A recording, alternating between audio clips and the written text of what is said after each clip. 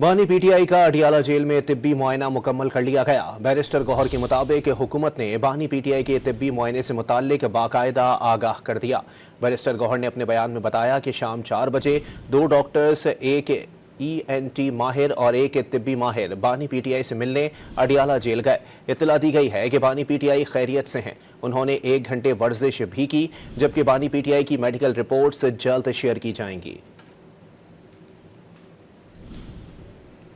बानी पीटीआई का अडियाला जेल में तिब्बी मुआयना मुकम्मल कर लिया गया। बैरिस्टर गौहर के मुताबिक हुकूमत ने बानी पीटीआई के तिब्बी मुआयने से मुताल्लिक बाकायदा आगाह कर दिया।